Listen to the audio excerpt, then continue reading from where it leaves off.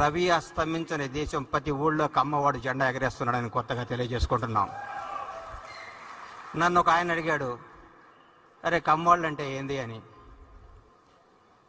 ఉదయాన్నే సూర్యుడితో గొడవ పడుతూ ఎప్పుడొస్తావని లేపేవాడు, అవసరమైతే సూటు ఇప్పి నాటేసేవాడు, ఆకాశం వైపు కసిగా చూసేవాడు, అవకాశం కోసం ఆశతో ఎదురు చూసేవాడు, నిజాయితీగా మాట్లాడేవాడు, ఎంత కష్టం వచ్చినా ఆత్మాభిమానాన్ని తాకట్టు పెట్టకుండా విజయం కోసం పోరాడేవాడు.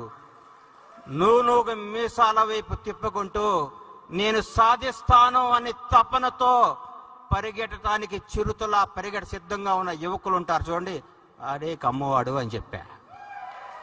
అన్ని కులాల్ని గౌరవిస్తా, నా కులాన్ని అభిమానిస్తానని చెప్తా.